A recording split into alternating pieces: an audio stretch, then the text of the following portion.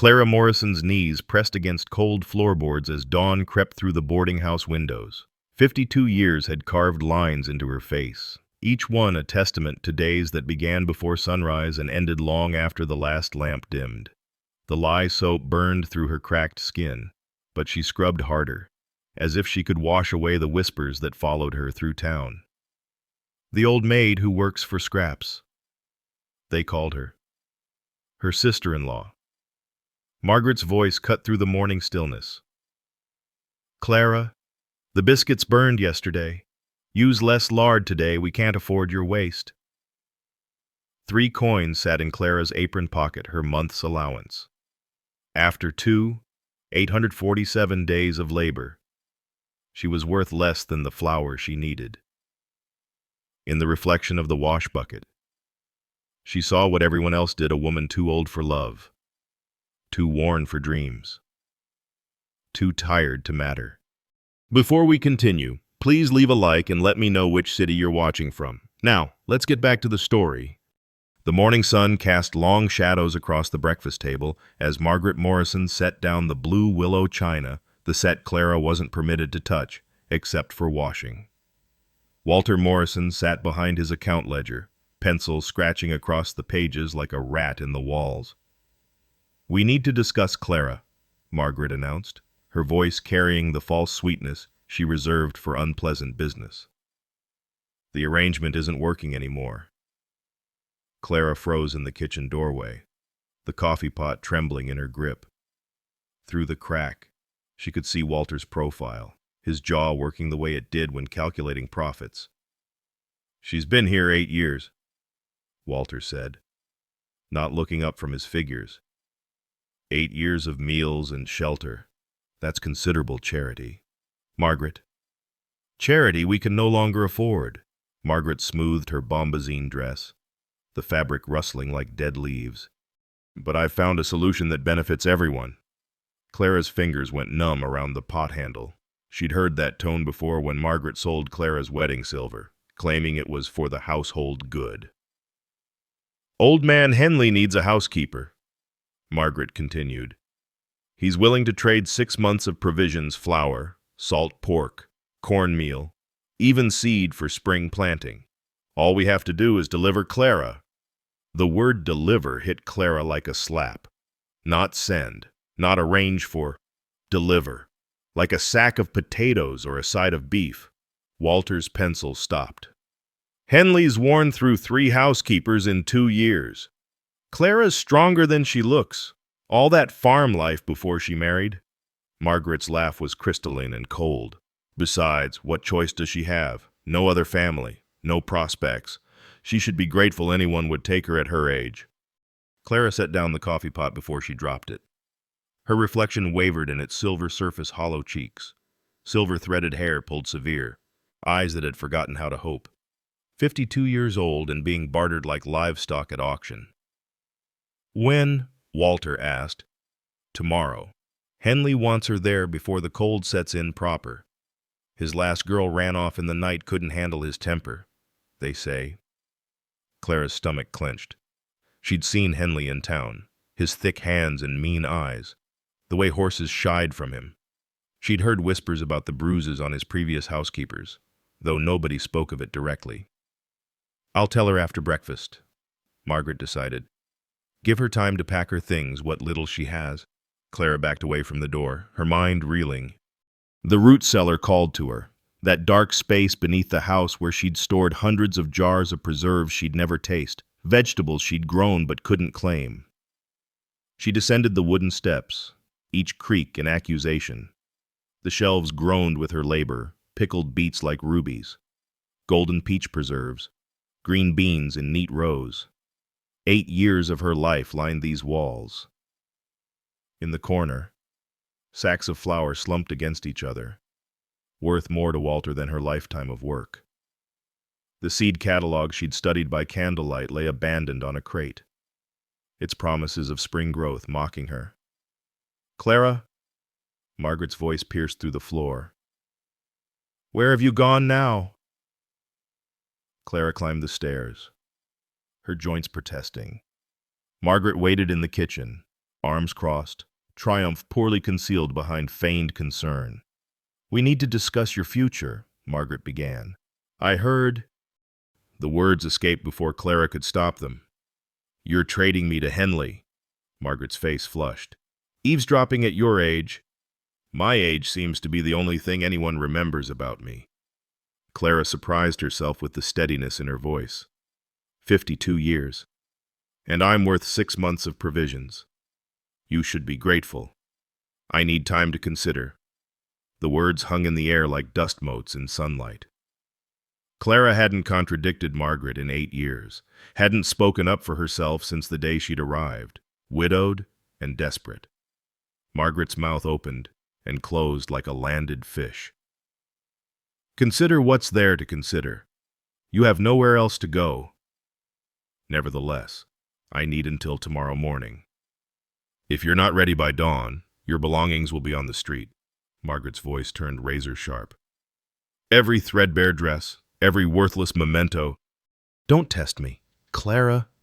That evening, Clara stood before the wash basin in her attic room. The whale oil lamp flickered, nearly empty another thing Margaret rationed. In the water's surface, she saw herself truly for the first time in years. Not the ghostly servant who moved through the boarding house like morning mist, but a woman, worn, yes, tired, certainly, but still breathing, still capable of choosing, even if the choices were bitter as chicory coffee. Her husband's photograph lay hidden behind the flour sack, wrapped in oilcloth. She pulled it out, studying his kind face. "What would you tell me to do, Thomas?" she whispered. But Thomas had been dead 10 years, and the dead give no advice to the living. Tomorrow, they would deliver her to Henley like a piece of merchandise. Unless, and here was the dangerous thought that crept in like winter wind through loose boards unless she found another way. At 52, she had little left to lose and perhaps, just perhaps, something yet to gain. The bell above the boarding house door jangled as Jack Brennan ducked inside, shaking October rain from his worn duster coat. He carried himself with the careful dignity of a man who'd lost much, but refused to be broken by it. At 45, his face bore the weathering of harsh seasons and harsher losses, but his gray eyes remained clear, observant. He'd come to settle his monthly supply bill, a task that shamed him, knowing his struggling ranch barely produced enough to cover basic provisions. But Jack Brennan paid his debts, even if it meant going without. Walter Morrison's voice carried from the dining room. "Henley's being generous, considering what he's getting. A worn-out widow with no other options." Jack paused in the hallway, his hand still on the doorframe, on wool. Through the archway, he could see Walter at his desk, Margaret standing beside him like a sentinel, and Clara Morrison, Thomas's widow, seated in a straight-backed chair, her hands folded in her lap like a schoolchild awaiting punishment. "The arrangement's been made," Walter continued, waving a piece of foolscap paper. "Henley gets Clara tomorrow morning. We get provisions through winter. Everyone benefits." Jack remembered Clara from years ago, when Thomas was alive. She'd been different then, quick to laugh, generous with fresh bread when neighbors needed it, her garden the envy of the county. Now she sat diminished, her calico dress faded to the color of dust, her eyes fixed on some distant point beyond the wall. "Sign here." Walter pushed the paper toward Clara. "Make your mark if you can't write." "I can write?" Clara said quietly. "My father taught me." Jack watched her reach for the pen, saw the slight tremor in her fingers. Something twisted in his chest, the same feeling he'd had watching his neighbor's horses being led to slaughter, too old to work but too valuable to release. "Pardon me," Jack stepped into the room, his spurs jangling against the floor. "But is the lady agreeable to this arrangement?" Walter's head snapped up. "Brennan, what are you doing here? Came to settle my account? Couldn't help but overhear." Jack removed his hat, nodding to Clara. "Mrs. Morrison." Clara's eyes widened, not at being addressed, but at being seen. How long since someone had looked directly at her instead of through her? "This is family business?" Margaret interjected, her voice sharp as barrel cactus. No concern of yours. Maybe not, Jack agreed, his tone measured. But I knew Thomas Morrison. Good man. Helped me mend my fence lines when I first bought my place. He looked at Clara again. He wouldn't want his widow traded like cattle at market. Walter stood, his chair scraping against the floor. Now see here, Brennan. You've got no right to offer Mrs. Morrison employment. Jack pulled out his wallet, extracting several silver certificates. Because that's what I'm doing. My ranch needs a housekeeper, someone who knows how to stretch provisions, tend a kitchen garden, manage a household. He addressed Clara directly.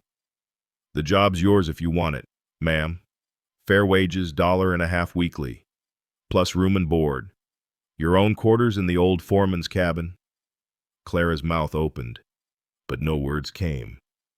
Margaret laughed, the sound like breaking glass. Your ranch, that failing piece of scrubland you can barely feed yourself, let alone pay wages. That's my concern, Jack replied evenly. The offer stands. Clara found her voice. Why? The simple question hung in the air. Jack considered his answer. He could mention Christian charity or neighborly duty, but Clara deserved truth. Because nobody has the right to trade you like livestock, he said. You're a person, not property. You deserve the dignity of choosing your own path. Walter's face flushed purple. She's family. We've kept her these 8 years. And she's worked every day of them, Jack interrupted. I've seen her here at dawn, still working past dark. That's not charity, Morrison. That's exploitation. How dare you? I dare because it's right. Jack set the silver certificates on the desk. This settles my account. Mrs. Morrison, my wagon's outside. You're welcome to gather your belongings and come with me now, or I can return tomorrow if you need time. Clara stood slowly, as if testing whether her legs would hold. My belongings would fit in a carpet bag. Then we can leave whenever you're ready. Margaret grabbed Clara's wrist. You ungrateful after everything we've done? Let her go. Jack's voice carried quiet authority. Or would you prefer I mention this arrangement to Sheriff Coleman? Pretty sure trading women for goods violates several statutes. Margaret released Clara's arm, leaving red marks on the skin. Clara rubbed her wrist. Looking between the Morrisons and Jack Brennan, this man she barely knew who offered what her own family wouldn't choice. I'll get my things, she said. The attic room yielded its meager treasures quickly. Her other dress, mended so many times the original fabric was more memory than material. Her husband's photograph, a handful of hairpins, her mother's thimble, a Bible with her maiden name inscribed on the cover. Everything she owned after 52 years of living fit in a single bag. Downstairs. Jack waited by the door, hat in hand. The Morrisons stood rigid as fence posts, Margaret's mouth compressed to a thin line. Walter still clutching the unsigned contract. This is a mistake, Margaret hissed. You'll be back within a week, begging. Then that'll be my mistake to make, Clara replied, surprising herself with the steadiness in her voice. Jack opened the door, letting in the smell of rain and possibility. My wagon's just outside. Mrs. Morrison. Clara paused at the threshold. 8 years she'd crossed it as a servant. Now she crossed it as herself worn, uncertain, but choosing her own direction. The wagon sat rain-slicked in the gray morning. Jack helped her up, his hand steady and respectful, treating her like a lady rather than a burden. As they pulled away from the boarding house, Clara didn't look back, but she felt something shift inside her chest, like ice beginning to crack on a frozen pond. The ranch isn't much, Jack said as they headed out of town. Been struggling since. He paused. Been struggling, but the cabin's sound. Has its own stove and water pump. You'll have privacy. Dignity. Why are you doing this? Clara asked again. Jack considered, clicking his tongue at the horses. Maybe because I know what it's like to be written off, to have folks think you're finished just because life knocked you down. He glanced at her, and for the first time in years, Clara felt truly seen. Sometimes people just need someone to recognize they still have worth. The rain lightened as they drove toward the horizon, where Jack's ranch waited, struggling perhaps, but offering something the comfortable boarding house never had: the possibility of respect, of partnership, of being valued for more than just her labor. Clara clutched her carpet bag, feeling the weight of her few possessions. Tomorrow was uncertain. The ranch might fail. Jack Brennan might be offering false hope, but after 8 years of slow erasure, even uncertain tomorrow felt like redemption. "Thank you," she said simply. Jack nodded, his eyes on the road ahead. "No thanks needed, ma'am. Just offering what should never have been denied: the right to choose your own life." The wagon rolled on through the lifting rain, carrying 2 broken people towards something that might, with careful tending, grow whole again. The wagon crested the final hill, and Clara Morrison saw her new home spread below like a confession of failure. Jack Brennan's ranch lay in a shallow valley, its buildings weathered to the color of old bones. The windmill stood motionless, several blades missing, its tail vane hanging at a dejected angle. The barn gaped empty, its doors secured with rope instead of proper hinges. Where a kitchen garden should have flourished, tumbleweeds had claimed dominion. Jack's knuckles whitened on the reins. It wasn't always like this. Clara studied the landscape with practical eyes, cataloging damage and possibility in equal measure. The main house, though weathered, stood square and true. The foreman's cabin. Her cabin sat a respectable distance away, its chimney intact. The soil, even neglected, showed the rich darkness that promised fertility if properly coaxed. "Most things worth having require work," she said simply. Jack glanced at her, surprise flickering across his features. He'd expected disappointment, perhaps even a request to return to town. Instead, Clara was already planning, her eyes tracking the sun's path, assessing water access, measuring distances. They pulled up before the main house. Jack helped her down, then grabbed her carpet bag before she could reach for it. "Let me show you the cabin first. You'll want to get settled." The foreman's cabin proved better than expected. One room with a lean-to addition, but clean and dry.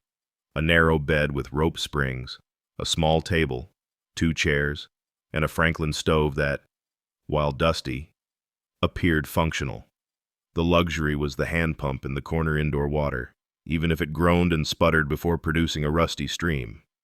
"The water clears after a bit of pumping," Jack explained, embarrassed. "I cleaned best I could, but—" "It's private," Clara interrupted, running her hand along the smooth pine table.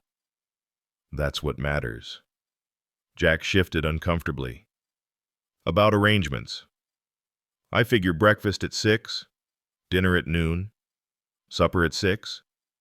I'll provide all foodstuffs from the pantry. Sundays are yours free. Of course, the privy's between buildings, and there's a wash tub in the main house you're welcome to use." "That's fair." Clara set her carpet bag on the bed. "Show me the kitchen." The main house kitchen told a story of gradual surrender. The cast-iron stove dominated one wall, its damper tied open with wire.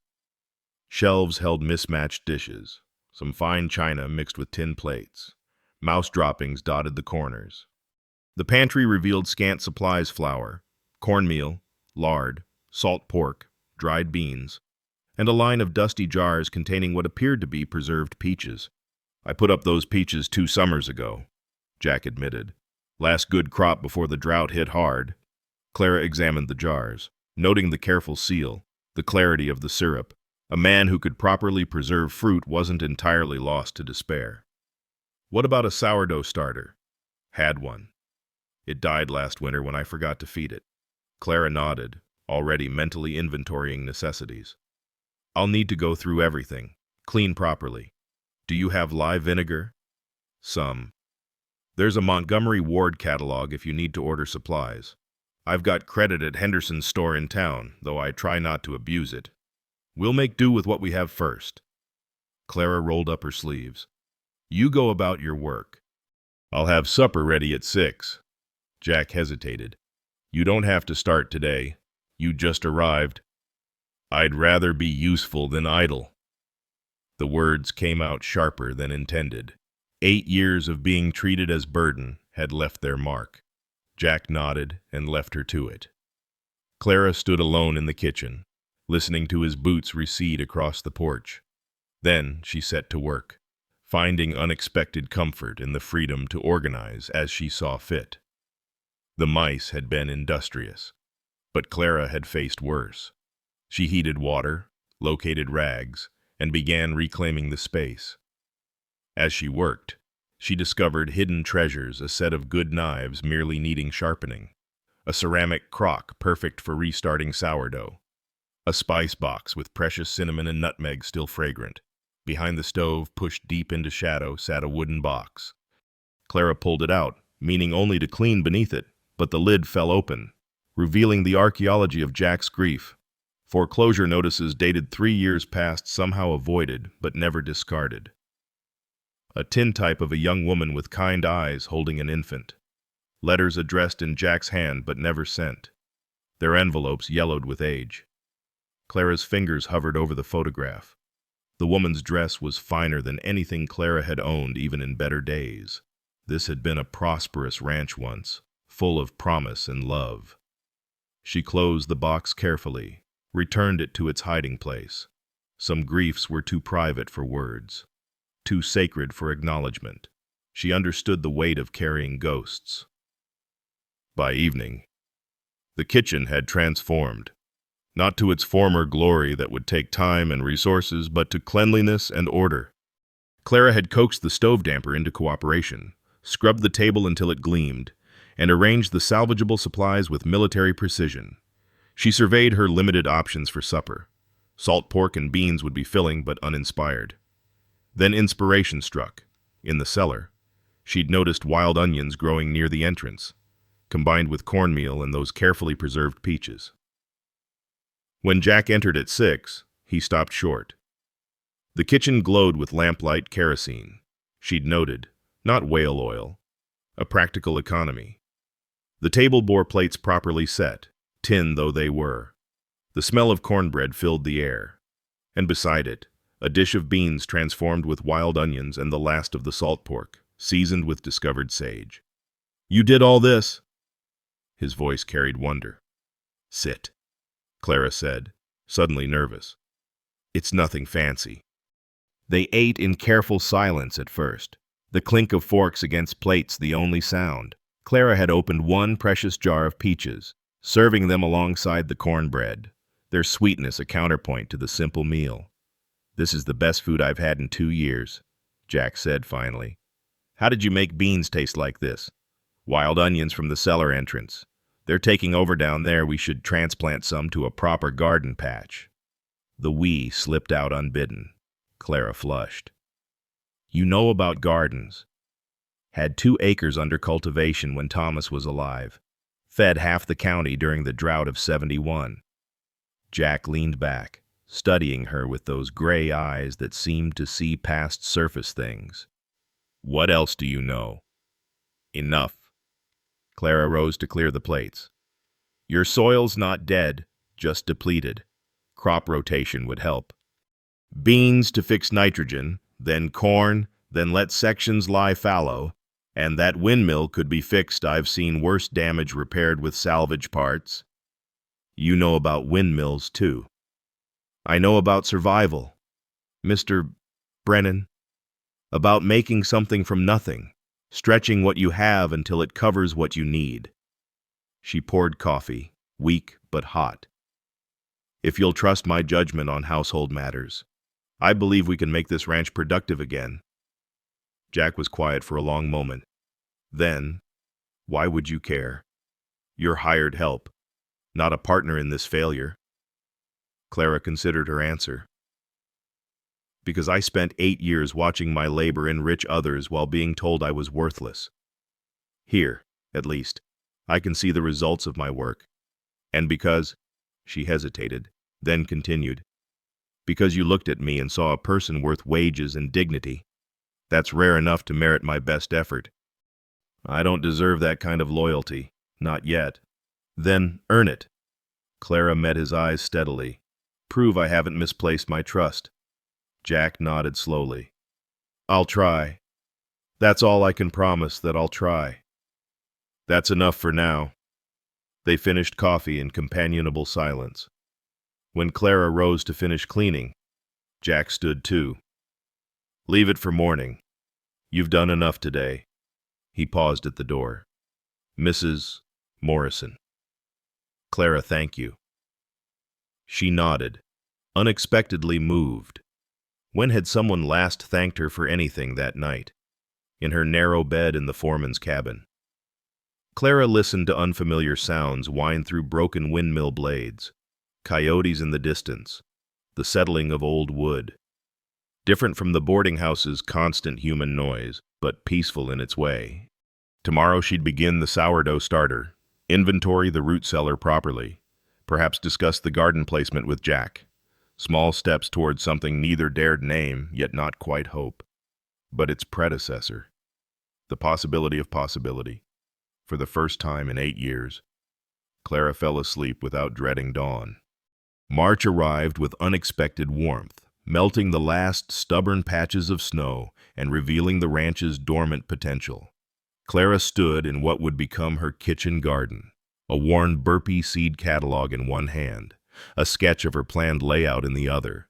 6 months had passed since her arrival, and the transformation had been gradual but undeniable. "You're sure about planning this early?" Jack asked, leaning on a repaired fence post. His skepticism had softened over the winter months, replaced by cautious interest in her agricultural theories. "The almanac says last frost is 3 weeks away, but I know these signs." Clara pointed to the willows by the creek. "See, the catkins and the meadowlarks returned yesterday. My grandmother taught me to read the land's calendar, not just the printed one." Jack studied the fuzzy willow buds, then Clara's confident expression. "What do you need?" "Manure from the Henderson stable. If they'll trade for preserved goods, seeds, but not the varieties everyone else plants, and timber for raised beds near the house." Raised beds. Warm faster, drain better, and keep the rabbits honest. Clara walked the perimeter she'd marked with stones. "Tomatoes here, where morning sun hits first. Beans along the fence to climb. Squash in the corners to sprawl. And here," she indicated a special plot. "Drought-resistant varieties. Tepary beans, Jerusalem artichokes, amaranth. Never heard of half those. Most folks haven't. But the Paiute woman who traded at our store years ago, she shared knowledge worth more than gold. These plants laugh at drought, produce when corn fails." Jack pulled out his pencil, making notes. "I'll get what you need." That afternoon, while Jack went to town for supplies, Clara explored the barn. In the back stall, she discovered treasure glass canning jars, dozens of them, some with zinc lids still intact, a butter mold carved with a rose pattern, a pressure canner that only needed new rubber seals. Someone, Jack's late wife, surely had been a serious preserver. She was cleaning the jars when she heard a rustling followed by indignant squawking.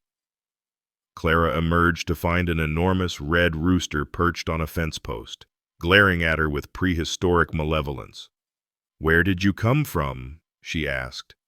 The rooster puffed his chest and crowed, a ragged sound that suggested he'd been living wild for some time. Clara stepped closer.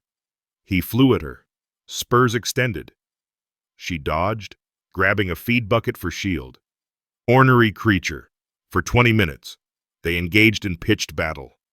Clara trying to corner him, the rooster executing guerrilla strikes with military precision. Finally, breathless and laughing when had she last laughed, Clara sat on an overturned barrel. "Fine, you win this round." Jack returned to find Clara still sitting there, the rooster strutting victory laps around the yard. That's Henderson's prize rooster. He escaped 6 months ago. Henderson's offered $5 for his return. "He's not going anywhere he doesn't want to," Clara replied, noting her torn apron. "Stubborn as a politician and twice as loud." Jack started laughing, really laughing, the sound rusty from disuse. "You fought him, and lost." Clara joined his laughter. "But I'll win eventually. I've got time and dried corn." It took 3 days of patient bribery, but Clara finally won the rooster's conditional surrender. He allowed her near enough to scatter feed, though he maintained suspicious vigilance. Jack watched from the porch, amazement plain on his face. You tamed Henderson's demon bird. Not tamed. Negotiated a truce. Clara threw corn, the rooster pecking with aristocratic disdain. Should we return him? He seems to prefer your company. Besides, Jack grinned, might be nice having eggs again. We'll need hens for that. Add them to the list. The kitchen garden took shape with surprising speed. Jack proved an able assistant, following Clara's directions without question, even when she insisted on planting by moon phases and companion planting principles most dismissed as folklore. 2 weeks into planting, Jack brought unexpected news. Sam Martinez, from the Double Bar Ranch, heard about your garden, asked if you'd trade seedlings for a milk cow. Clara straightened from weeding. A milk cow. His wife's sick. Can't tend garden this year. Heard you know about medicinal herbs, too. Some, Clara considered.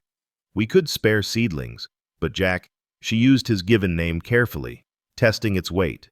This is your ranch. Our ranch runs on your knowledge, Jack replied firmly. The decision's yours. That acknowledgement of her expertise, her value beyond mere labor, struck Clara silent. After a moment, she nodded. Tell Mr. Martinez we'll trade. Market day in town had always been Clara's favorite before widowhood. Now, returning after 6 months' absence, she felt exposed. Would they see her as the Morrisons' discarded servant? The desperate woman who'd fled with a near stranger, Jack must have sensed her anxiety. As they approached Henderson's store, he placed a careful hand at her elbow, not possessive, but protective. Mrs. Morrison's implementing new agricultural methods at the ranch, he announced to anyone listening. She's been studying drought-resistant varieties. Henderson, ever the businessman, perked up. That's so. My customer's been asking about crops that'll survive these dry spells. Clara knows more about sustainable farming than anyone in the county, Jack continued. Her grandmother learned from the Paiute, traditional knowledge most folks have forgotten. Mrs. Morrison? Henderson addressed her directly, respectfully. Would you consider sharing some of that knowledge? Maybe write it up for my customers? Clara blinked, stunned. Yes, of course. The seed merchant at the next stall overheard. You're the one who got vegetables to grow during the 71 drought. My father mentioned a woman who fed half the county when crops failed. That was a long time ago, Clara murmured. Knowledge doesn't expire, Circus, the merchant said. What varieties you recommend for sandy soil? Soon Clara found herself surrounded by interested ranchers and farmers' wives, all seeking advice. Jack stood back, pride evident in his expression, deflecting any suggestion that Clara's knowledge was his. I just provide the land, he said repeatedly. Mrs. Morrison provides the wisdom. Mrs. Patterson, the banker's wife who'd never acknowledged Clara at the boarding house, approached hesitantly. Mrs. Morrison, I wonder if you might advise me about preserving. My attempts at canning have been unfortunate. Clara could have rebuffed her, returned the years of snubbing. Instead, she offered measured advice about proper seal testing and processing times. Grace cost nothing and paid unexpected dividends. That evening, riding home with the wagon full of successful trade seeds for preserves. Advice for supplies, Clara felt something she'd thought lost forever: professional pride. Not the pride of making do or surviving, but of being recognized as knowledgeable, valuable. You commanded that market, Jack said. They hung on every word. They spoke to me, Clara marveled. Not through me or around me, to me. You've earned their respect. My defending you just opened the door. You walk through it yourself. They pulled up to the ranch as sunset painted the valley gold. Instead of immediately unhitching the horses, Jack hesitated. Would you, that is? The evening's pleasant? Would you sit on the porch a while I made checkers on that old barrel top? Clara's breath caught. It wasn't improper. They lived separately, maintained boundaries. But this was social, chosen companionship rather than necessary proximity. I'd like that. They sat on the porch, the checkerboard between them, playing as twilight deepened. The rooster, whom Clara had named Napoleon, strutted past with imperial dignity. The newly acquired hens pecked in the yard. Seeds slept in freshly turned earth, waiting to prove Clara's theories correct. "Can I ask you something?" Jack moved to check her, not meeting her eyes. "Yes." "Why didn't you embarrass Mrs. Patterson after how she treated you?" Clara considered. "Because I'm not that woman anymore, the one who needed their approval. I'm someone who knows her worth. That's victory enough." Jack smiled, the expression transforming his weathered features. "You're remarkable." "I'm practical," Clara corrected, but warmth bloomed in her chest. "That too." They played until stars emerged, conversation flowing easier than it had in months. When Clara finally retired to her cabin, she paused at the door, looking back. Jack remained on the porch, silhouetted against lamplight from the kitchen window. "Thank you," she called softly, "for believing I had something to offer." "Thank you," he replied, "for proving me right." Inside her cabin, Clara sat at the small table, writing instructions for Henderson's customers about drought-resistant planting. Her handwriting, once hidden in private letters never sent, would now spread across the county, carrying knowledge and earning respect. Through her window, she could see Jack still on the porch, perhaps seeing his ranch's future differently now, not as his sole burden, but as shared enterprise. They were no longer employer and employee, but something more complex, more equal. Partners, perhaps, and maybe, eventually, something even more. The morning arrived wrapped in unusual stillness, the kind that preceded storms or trouble. Clara noticed at first the birds had gone quiet, and even Napoleon refused to crow. She was checking the garden's progress, noting with satisfaction that the tepary beans had sprouted despite the dry spell. When she heard the approaching horses, 3 riders crested the hill, Margaret Morrison sitting rigidly in a borrowed buggy, Walter beside her, and Sheriff Coleman on horseback, his expression deeply uncomfortable. Clara's hands stilled on the bean stakes she'd been adjusting. In her peripheral vision, she saw Jack emerge from the barn, walking with deliberate calm toward the approaching party. "Clara!" Margaret's voice cracked like a whip across the yard. "I've come to take you home where you belong." "This is my home," Clara replied, surprised by her steady voice. Margaret climbed down from the buggy, her black bombazine dress incongruous against the ranch's rustic backdrop.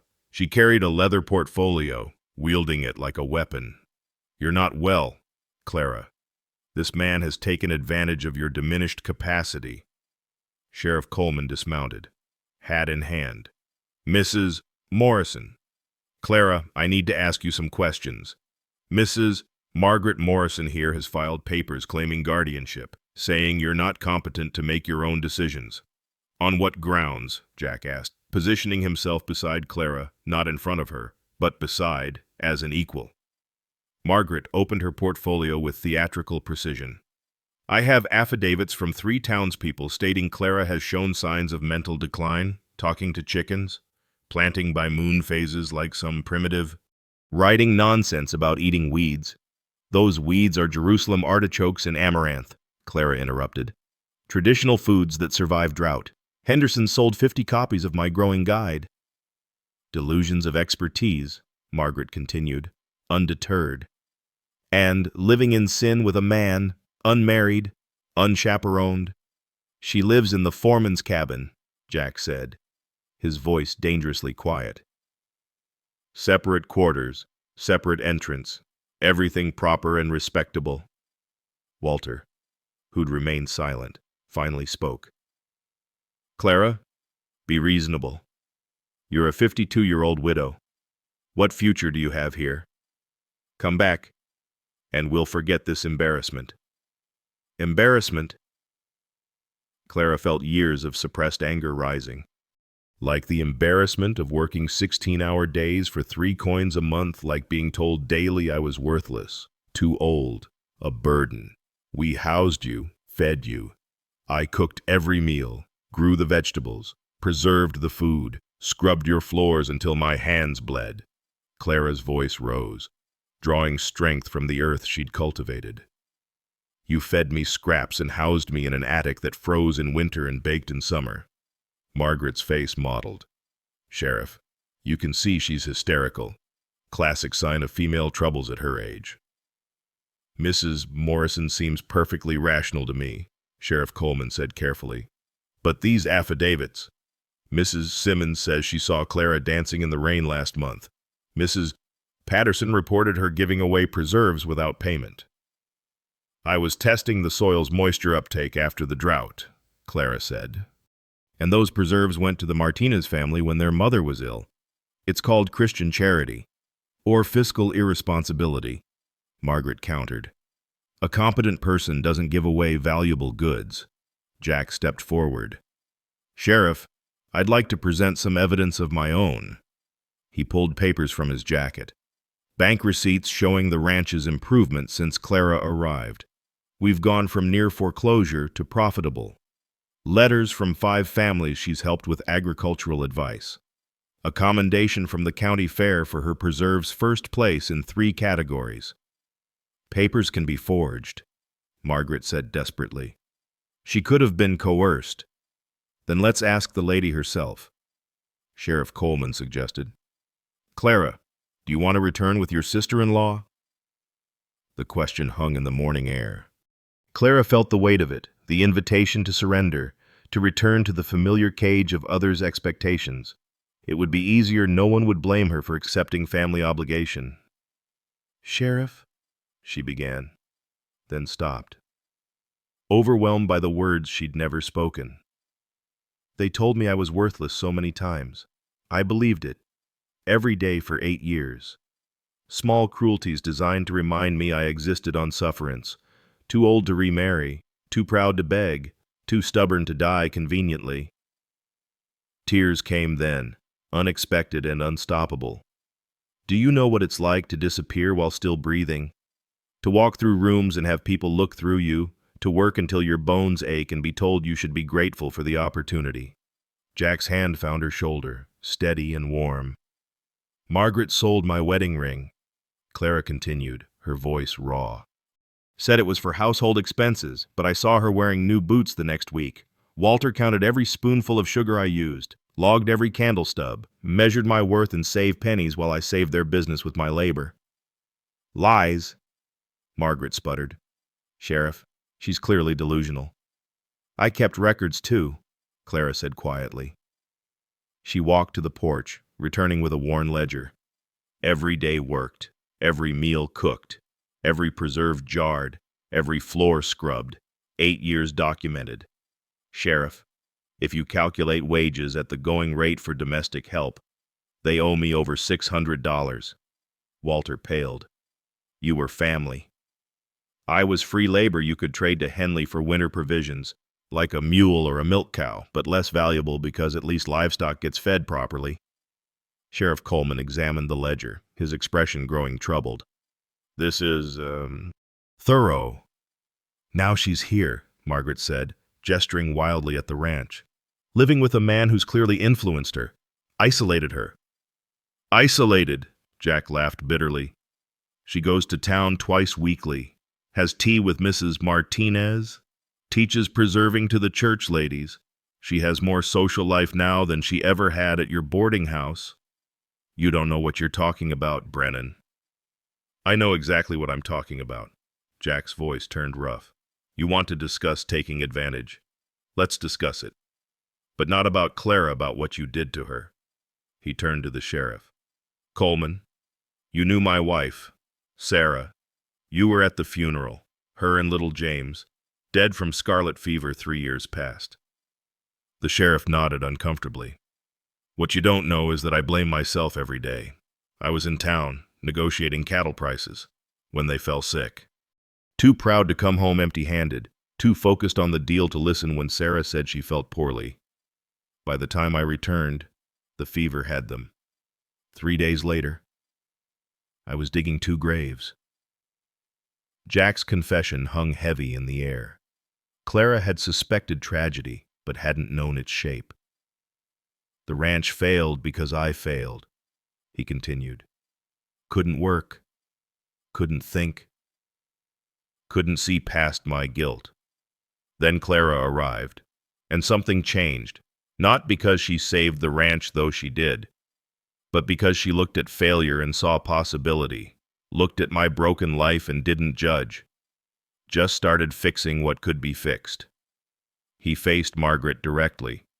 You want to call that improper? A widow and widower finding purpose again, working together, respecting boundaries, rebuilding lives the world wrote off as finished. It's inappropriate, Margaret began. It's healing, Clara interrupted, finding her voice again. We're two people who've lost everything, helping each other remember how to live.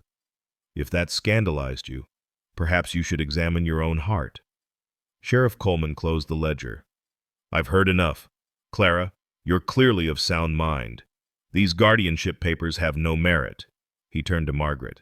Ma'am, I suggest you leave, and if I hear about any harassment or attempts to interfere with Mrs. Morrison's life, we'll discuss those unpaid wages she's documented. Margaret's mouth opened and closed, soundlessly. Walter tugged her arm. Come, Margaret. We're finished here. This isn't over, Margaret hissed.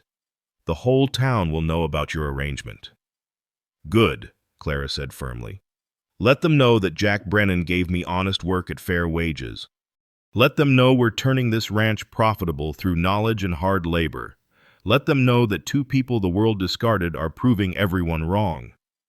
The Morrisons retreated to their buggy, Margaret's spite trailing behind like dust. Sheriff Coleman mounted his horse, tipping his hat to Clara. Ma'am, for what it's worth, my wife's been following your growing guides. Best tomatoes we've ever had. Don't let bitter people poison your soil. After they left, Clara and Jack stood in the yard, the weight of revealed truths settling around them. Napoleon chose that moment to crow, a triumphant sound that broke the tension. Your wife and son, Clara said softly. Your 8 years of servitude, Jack replied. We're quite a pair. Broken but not destroyed. Clara looked at the garden, thriving despite the drought. Jack, do you think what if they're right? What if this is improper? Jack considered carefully. Is it improper for two people to help each other heal, to work together with respect and dignity? If the town wants to gossip, let them. We know the truth, we're saving each other, one day at a time. The rumors will be harsh. Probably. But Clara, he met her eyes. Would you rather be respectable and miserable at the boarding house, or supposedly scandalous and fulfilled here? Here, she answered without hesitation.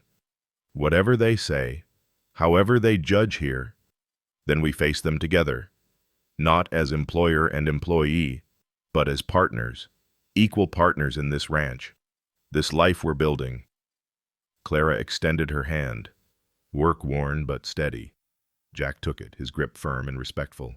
Not a romantic gesture, not yet, but a covenant between two souls who'd found each other in the wreckage and chosen to rebuild. Together, Clara agreed. That evening, they altered their routine. Instead of Clara serving dinner and retreating to her cabin, she joined Jack at the table as an equal.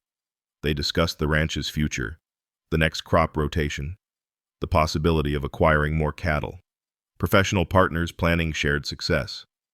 But underneath the business discussion ran a deeper current, the recognition of kindred spirits who'd survived their separate griefs and found unexpected grace in shared purpose.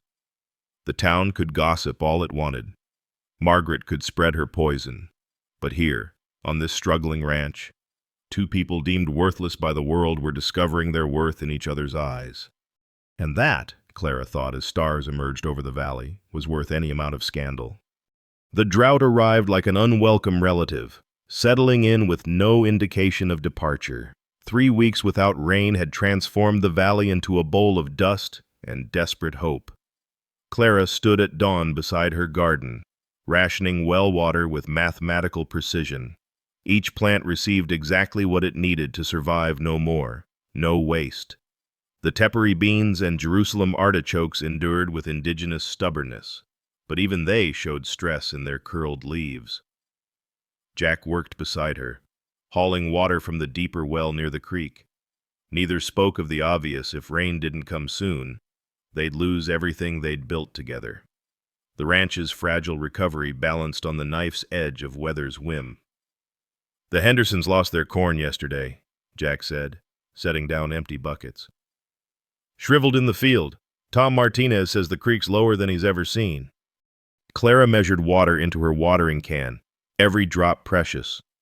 The amaranth's still strong, and look, she pointed to the desert marigolds she'd planted along the edges. "These are thriving. My grandmother said if the desert flowers bloom in drought, rain follows within a moon's cycle." "Hope that's true." Jack wiped his brow, dust turning to mud on his skin. "The cattle are getting restless. Had to move them to the north pasture where there's still some green."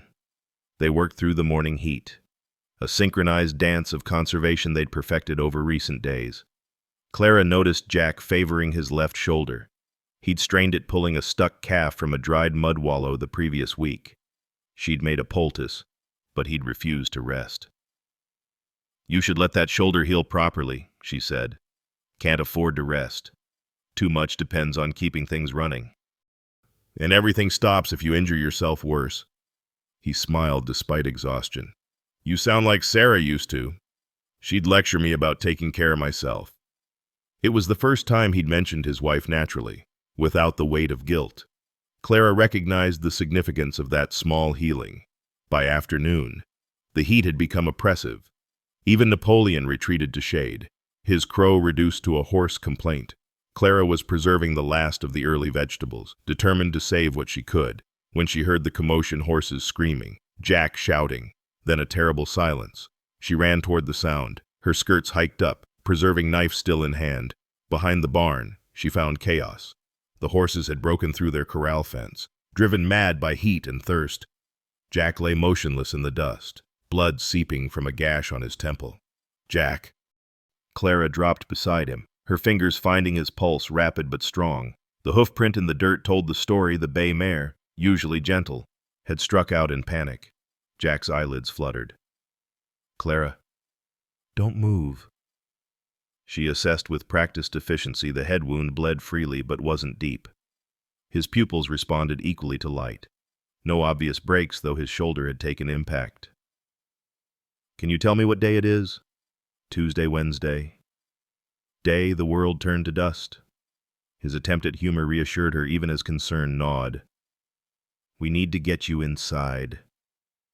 "Can walk," he insisted, then proved himself wrong by swaying dangerously when he tried to stand. Clara braced herself under his good shoulder, taking his weight. Together they managed a stumbling progress to the house. She'd never been in Jack's bedroom. Propriety had established that boundary, but necessity overruled convention. She helped him onto the bed, noting the room's Spartan furnishings, the photograph of Sarah and baby James on the nightstand. "I'll fetch supplies," she said. "Don't leave." His hand caught hers, his skin burning with more than desert heat. "Please." "Just to the kitchen. I'll be right back." Clara gathered what she needed: clean cloth, carbolic acid from the medicine shelf, laudanum for pain, the precious ice from the ice house they'd been preserving for emergencies. Her hands remained steady despite her racing heart. 8 years at the boarding house had taught her to hide emotion. But this was different. This was Jack, who'd given her dignity, purpose, partnership. Jack had developed a fever by the time she returned, his skin flushed and dry. Concussion complicated by heat exhaustion, possibly worse. Clara had seen men die from less in summer heat. She forced that thought away, focusing on what she could control. "This will hurt," she warned, cleaning the wound. Jack gritted his teeth but didn't pull away. "You've done this before. Thomas took sick our last winter together. Pneumonia. I nursed him 3 months before." She stopped. "Before he died anyway, despite her best efforts." "Sarah hated blood," Jack murmured, fever loosening his tongue. "Fainted when James cut his chin on the porch step. You don't faint." "No, I don't faint."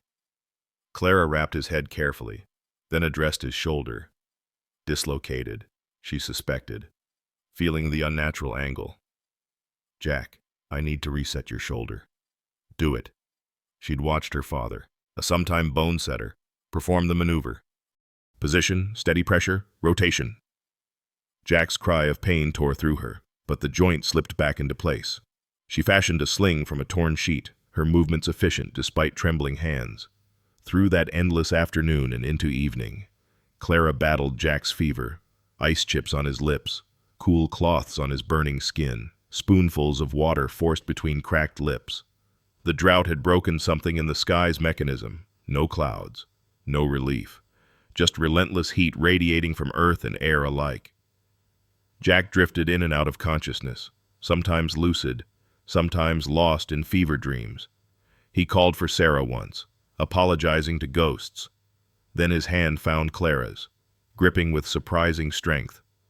"Don't let me die without telling you," he said, his gray eyes bright with fever and clarity both.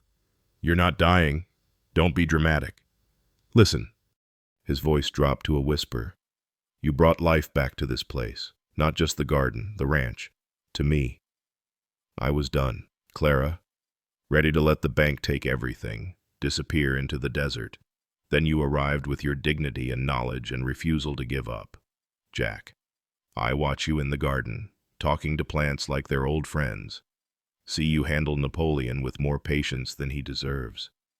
You make beauty from nothing, create abundance from scarcity." His fever-bright eyes fixed on hers. "You're not too old. Clara, you're exactly right. Exactly when I needed you. Perfect." Tears slipped down Clara's cheeks. "The fever's making you say things. The fever's making me honest. Something I should have been weeks ago." His thumb traced circles on her palm. "I'm falling in love with you. Maybe already fallen. Is that improper? Probably. Do I care what the town thinks? Not one bit." Clara's breath caught. How many nights had she lain in her narrow cabin bed, imagining impossible things? How many mornings had she watched Jack work, memorizing the way sun caught in his hair, the careful way he handled fragile seedlings? She'd labeled it gratitude, partnership, friendship, anything but what it truly was. "I'm 52 years old," she whispered. "And I'm 45 with a failed ranch and ghosts in every corner. The town already gossips. Let them. Jack, tell me you don't feel it too. Tell me I'm fevered and foolish, and I'll never mention it again. But if there's a chance, even a small chance, that you could love a broken-down rancher who can barely keep his cattle alive." Clara silenced him with her fingertips against his lips. "You gave me back my life when everyone else saw a worn-out widow. You looked at me and saw capability, intelligence, worth. How could I not love you?" Jack's smile transformed his fevered face. "Say it again." "I love you, Jack Brennan. Foolishly, improperly, completely. Nothing foolish about it. We're practical people making a practical choice. We work well together, respect each other, make each other laugh. The fact that I want to kiss you every morning when you come in with eggs is just bonus." Despite everything, the fever, the drought, the uncertainty, Clara laughed. "Bonus. Added benefit. Like finding good preserving jars in the barn. You're comparing my affection to canning supplies. High compliment. Those jars were a treasure." His eyes started closing, exhaustion finally winning. "Don't leave, please. Can't do this without you." "I'm not going anywhere," Clara promised, settling into the chair beside his bed. "Rest now." Through the night, she kept vigil. The fever peaked near midnight, Jack thrashing and calling out, then finally broke near dawn in a cascade of sweat that soaked the sheets. Clara bathed his face, changed his bandages, forced water between his lips. When the sun rose on another rainless day, Jack opened clear eyes, truly seeing her. "You stayed. I told you I would. Clara." His voice was rough but certain. "When I'm well, when this drought breaks, when we've saved what we can save, I want to court you properly. Whatever properly means for people like us. And if the rain doesn't come, if we lose everything, then we lose it together. Start over together. Whatever comes, together. His hand found hers, no longer burning with fever, but warm with promise. If you'll have me. Clara thought of all the reasons to say no, their ages, their losses, the town's judgment. Then she thought of these months working beside him, building something from nothing, finding joy in small victories and shared struggles. Yes, she said simply, whatever comes, together. Outside. Napoleon crowed the morning's arrival. The drought continued its relentless grip. The garden struggled. The ranch teetered on failure's edge. But in this room, two people who'd been written off by the world had written themselves a different ending, not the dramatic passion of youth, but the deep, steady love of those who'd survived enough to know what truly mattered. Clara held Jack's hand as he drifted back to healing sleep, and for the first time in years, she felt the absolute certainty of being exactly where she belonged. The town hall filled with more people than Clara had seen gathered since the Harvest Festival 5 years past. News of Margaret Morrison's petition had spread through the county like wildfire, drawing the curious, the concerned, and those who simply craved spectacle on a hot September afternoon. The pressed tin ceiling reflected lamplight across the crowd, creating patterns that danced with each movement below. Clara sat beside Jack on the front bench, her hands folded over the ledger in her lap. She'd worn her one good dress, the brown wool she'd hemmed with new confidence, adding delicate embroidery at the cuffs during quiet evenings. Jack had insisted on coming despite his shoulder still healing in its sling, his presence solid and reassuring beside her. "Quite a turnout," Sheriff Coleman said from his position near the podium. "Let's maintain order, folks. This is an informal hearing, not a trial." Margaret rose from her seat across the aisle, her black dress severe as judgment itself. Walter sat behind her, shrinking into his collar, clearly wishing to be anywhere else. Margaret carried herself like an actress taking the stage, her leather portfolio clutched dramatically against her chest. "Thank you all for coming," Margaret began, her voice pitched to Carrie. "I've called this meeting out of Christian concern for my sister-in-law, Clara Morrison, who has clearly fallen victim to manipulation and declining mental faculties." Murmurs rippled through the crowd. Clara felt Jack tense beside her, but she placed a steadying hand on his arm.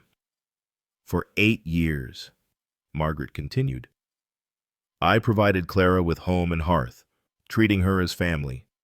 Yet in a moment of obvious confusion, she abandoned this security to live with a stranger, a man of questionable reputation whose ranch teeters on failure.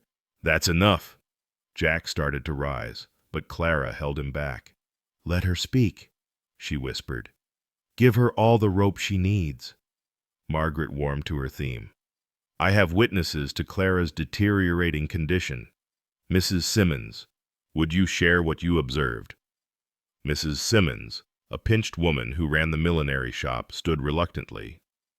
"Well, I did see Mrs. Morrison dancing in the rain last month, in broad daylight, spinning around like a girl, mud on her skirts." "Dancing," Margaret repeated significantly. "A woman of 52 years, dancing in public. Clear sign of mental deterioration." From the back, a voice called out, "I dance in the rain too when it finally comes during drought." "Does that make me crazy?" Clara turned to see Mrs. Martinez standing, her weathered face defiant. "Mrs. Morrison was celebrating because rain meant our crops would survive. She'd given us seed when ours failed, taught us about the desert plants that grow without much water." "She gave away valuable resources without payment," Margaret countered. "Another sign of impaired judgment." The seed merchant, Mr. Franklin, stood up. "If sharing knowledge and helping neighbors is impaired judgment, then half this town belongs in an asylum. Mrs. Morrison's agricultural expertise has improved yields for dozens of families. My sales records show her recommended varieties outselling traditional seeds 3 to 1. Margaret's composure cracked slightly. That's beside the point. It's exactly the point, Jack interrupted, rising despite Clara's restraining hand. You're claiming Clara lacks mental capacity, but she's demonstrating more intelligence and capability than most people in this room. You would say that, Margaret snapped.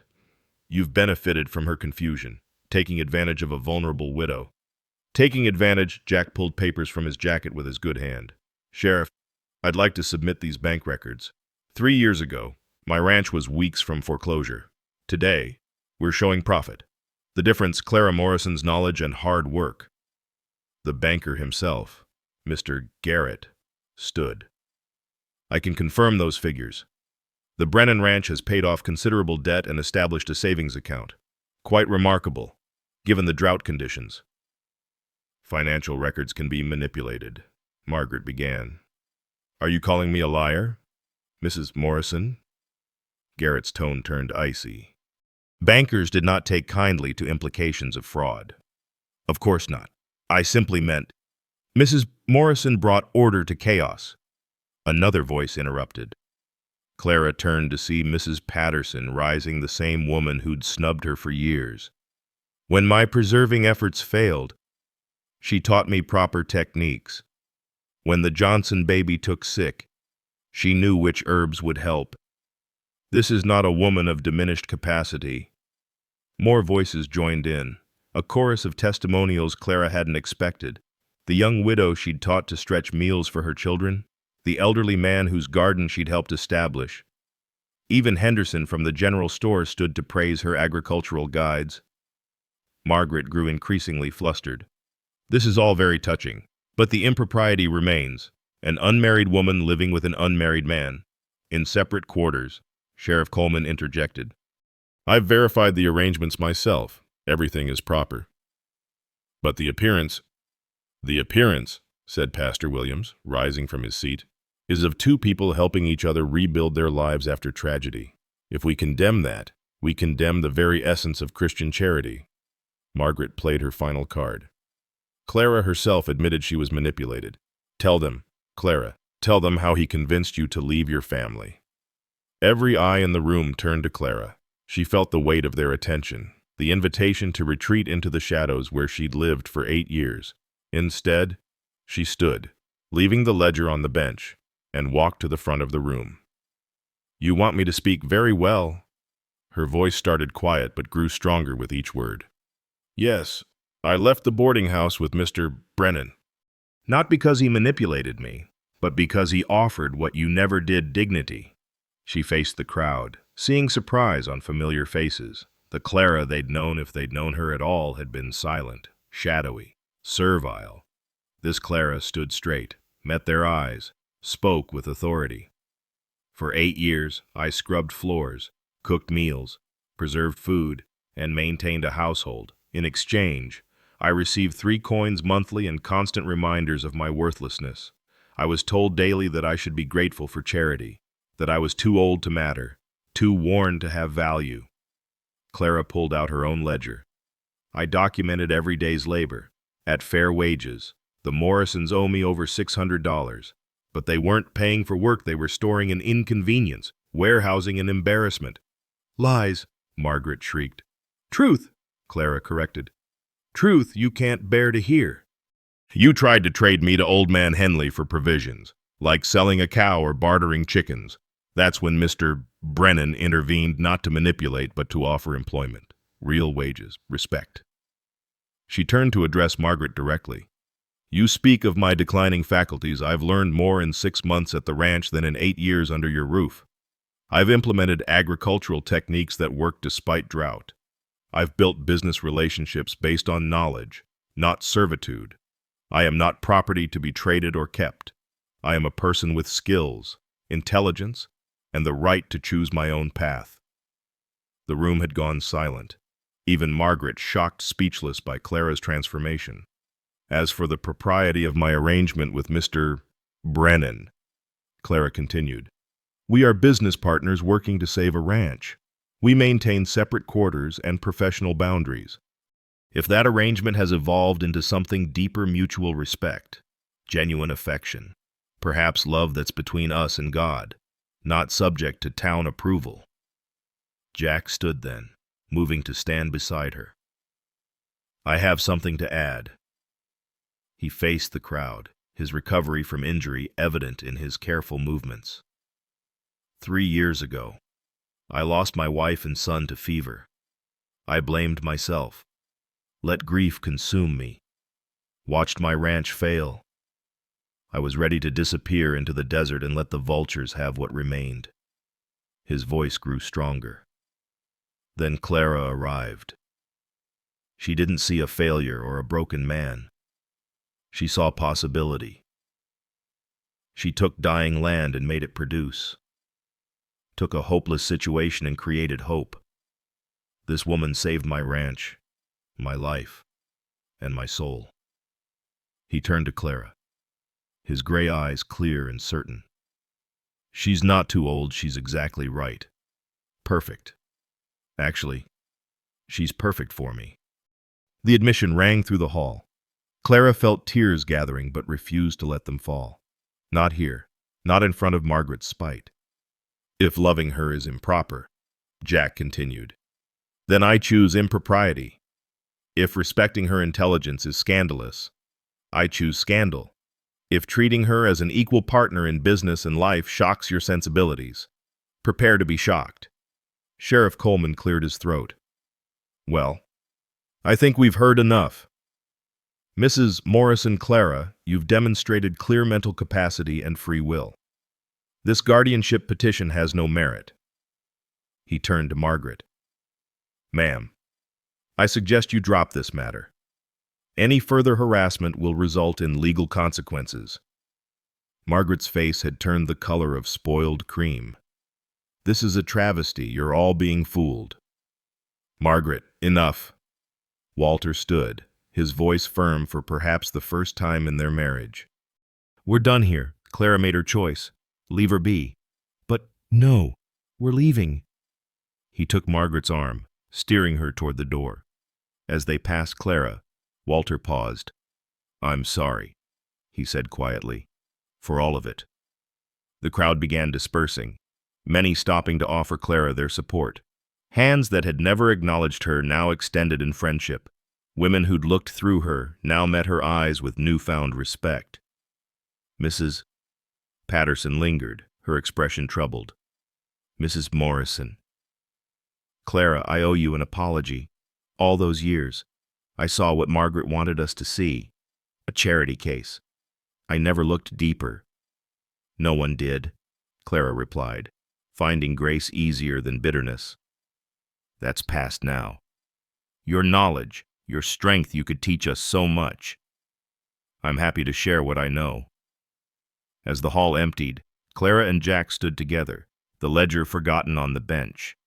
The late afternoon sun slanted through windows, painting everything golden. You spoke for yourself, Jack said softly. Defended yourself. I've never been prouder of anyone. I found my voice, Clara marveled. After all these years, I finally said what needed saying. What you said about evolution into something deeper. Clara met his eyes. I meant it. Every word. Good. Because I meant what I said too. You're perfect for me. Clara Morrison. Absolutely perfect. They walked from the town hall together, heads high, hands almost but not quite touching. The town could gossip. Margaret could rage. But Clara had claimed her dignity, her intelligence, her right to choose. Tomorrow, they'd return to the ranch, tend the garden, fight the drought, build their future. But today, Clara had stood before the world and declared herself valuable, capable, worthy of love. The girl who danced in the rain had become a woman who stood in the sun, unashamed and undiminished. At 52, Clara Morrison had finally begun to live. October arrived dressed in gold and crimson, painting the valley with the colors of abundance. Clara stood among her garden's final harvest, hands stained purple from the elderberries she'd been gathering since dawn. The drought had broken in late August, not dramatically, but with steady, merciful rain that had saved what they'd fought to preserve. Now, 6 weeks later, the ranch showed the fruits of their combined labor and nature's forgiveness. 20 bushels of corn, 15 of beans, and enough squash to feed half the county. Jack called from the barn, tallying their harvest. His shoulder had healed completely, leaving only a slight stiffness on cold mornings. The tepary beans alone will bring premium prices. Franklin says nobody else in 3 counties managed to grow them successfully. Clara smiled, adding elderberries to her basket. The Jerusalem artichokes had produced beyond her wildest hopes, and the amaranth stood tall and proud, its seeds ready for harvest and replanting. Even Napoleon seemed impressed, strutting through the garden with proprietary satisfaction, occasionally pecking at fallen seeds. Mrs. Martinez wants to know if you'll have preserves for the harvest festival, Jack continued, walking toward her through the morning light. Says she'll trade her best apple cider first pressing from their orchard. Tell her yes. I've got 50 jars ready, maybe more by week's end. Clara straightened, pressing a hand to her back. The work was hard but satisfying in a way her labor at the boarding house had never been. Here. She could see the direct results: full shelves, profitable sales, relationships built on mutual respect. Jack reached her side, his expression soft with something that had grown between them since the town hall confrontation. They'd maintained propriety-separate quarters, professional boundaries during daylight, but evenings found them on the porch, playing checkers or simply talking, hands occasionally touching across the barrel-top board. Clara, he began, then stopped, color rising in his weathered cheeks. I've been thinking. Dangerous habit, she teased, but her heart quickened. Jack had been building something in the barn for weeks, refusing to let her see, working only when she was occupied elsewhere. Walk with me. She set down her basket, wiped her hands on her apron. They walked through the garden she'd created from barren ground, past the repaired windmill that now turned steadily in the morning breeze, past the chicken coop where 12 hens provided eggs for sale and trade. Everything they passed bore the mark of their joint effort, his labor, her knowledge, their shared determination. Behind the barn stood a structure Clara hadn't seen before, covered with canvas. Jack stopped before it, nervous as a schoolboy.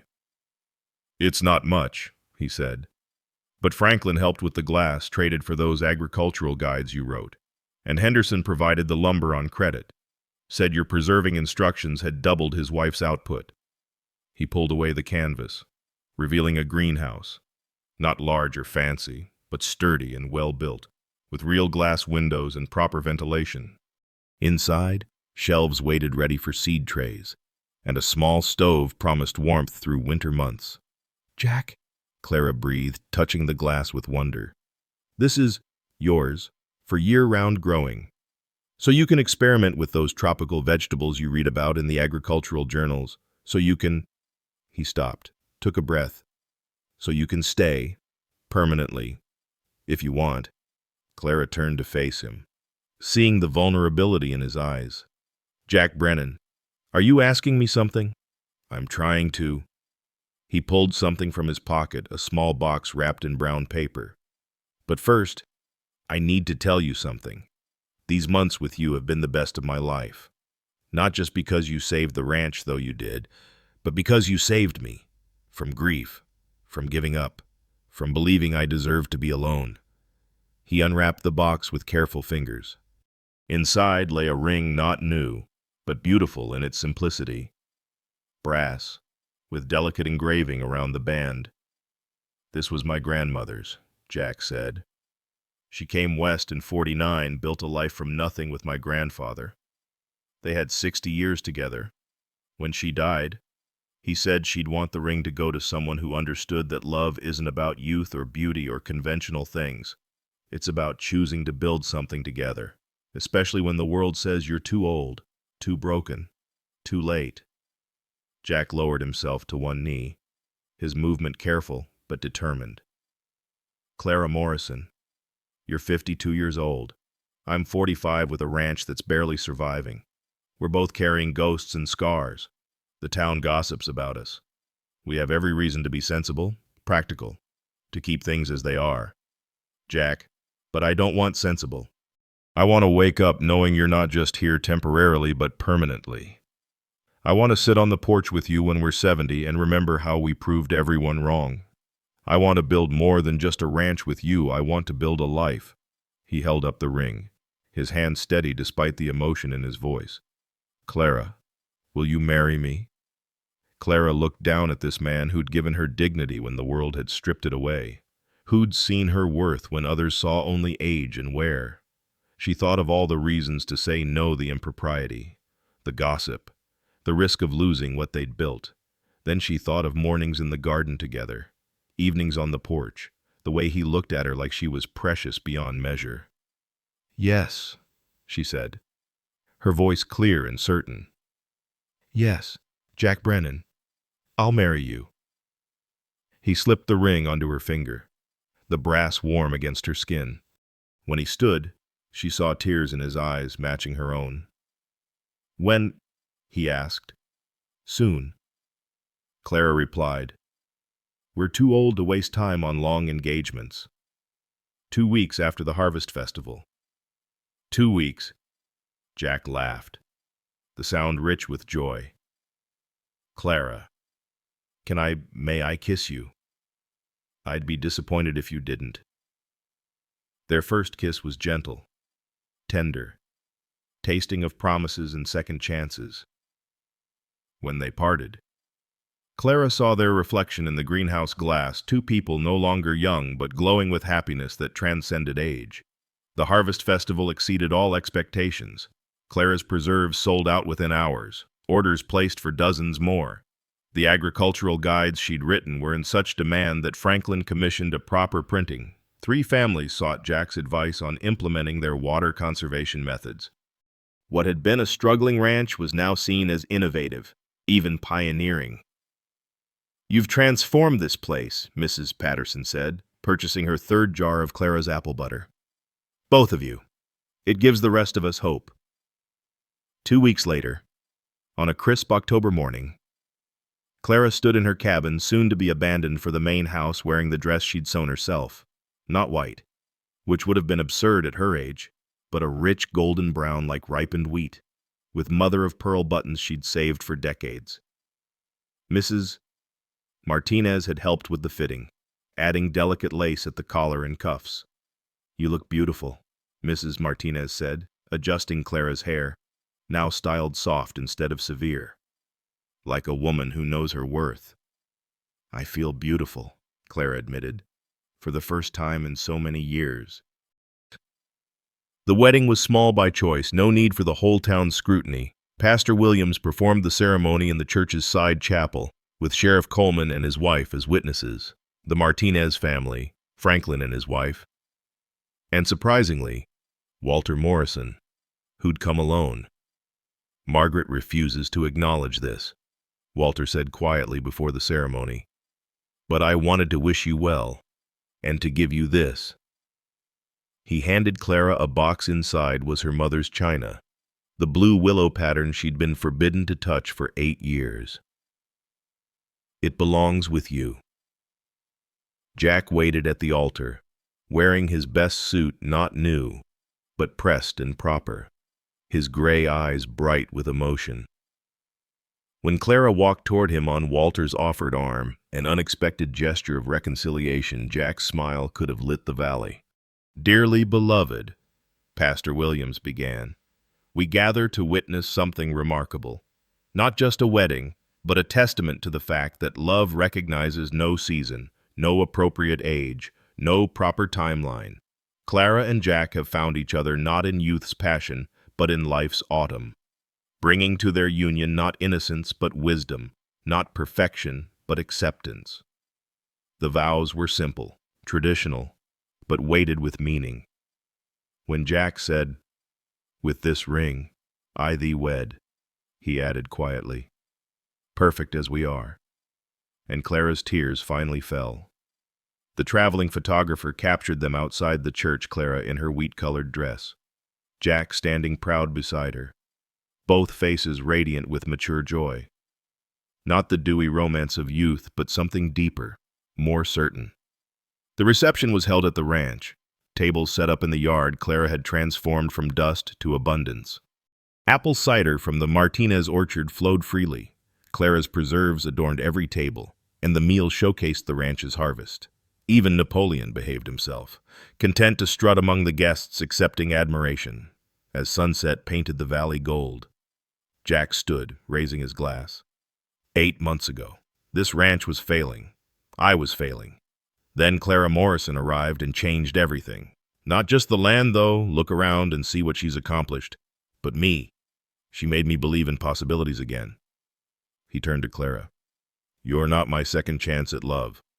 You're my first chance at the right love. At the right time. With the right person. Perfect as we are. The guests raised their glasses. And in that moment, Clara saw their future spread before them, not easy, but earned. They'd face more droughts, more challenges, more of the town's whispered judgments. But they'd face them together.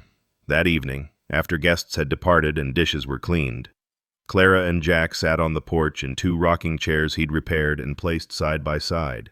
Her wedding dress was replaced with practical calico, his suit with work clothes, but the rings remained, catching lamplight from the kitchen window.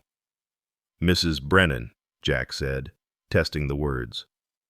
How does it feel? Like coming home, Clara replied, her hand finding his, their weathered fingers interlacing. Like everything led to this moment. Even the hard years, especially those, they taught us to recognize happiness when we found it. Napoleon chose that moment to crow, though the sun had long set, as if offering his blessing.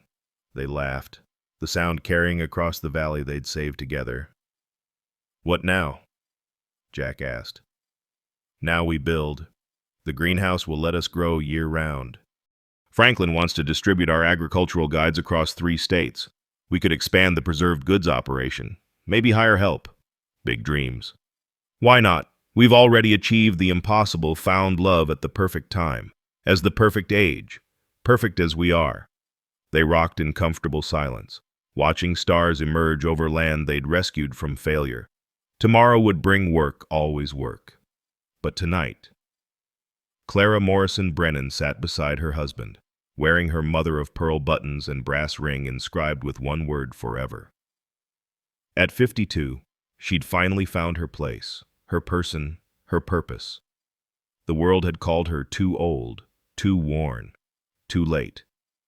But sitting here with Jack's hand in hers, their chairs creaking in gentle rhythm, Clara knew the truth. She was exactly where she belonged, exactly when she was meant to be there. Perfect, indeed, as they were.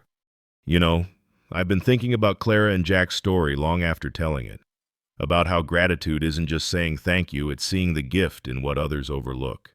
Jack saw Clara when everyone else saw through her. That kind of recognition, that willingness to truly see another person's worth, creates a different kind of family. Blood family told Clara she was worthless, a burden to be traded. But the family she built, Jack, the Martinez family, even stubborn Napoleon, they saw her knowledge, her strength, her irreplaceable value. Sometimes the family we choose, or who choose us, understand our worth better than those bound by blood ever could. What strikes me most is how gratitude transformed everything it touched. Clara's gratitude for dignity given made her pour herself into the ranch. Jack's gratitude for her presence made him build her a greenhouse, a future. The community's gratitude for shared knowledge created connections stronger than years of mere proximity. Maybe that's the real lesson here, that gratitude and true family are inseparable. When we're grateful enough to see each other's actual worth, not society's measurement of it, we create families from the most unexpected materials. We build bridges from appreciation, strong enough to carry us home.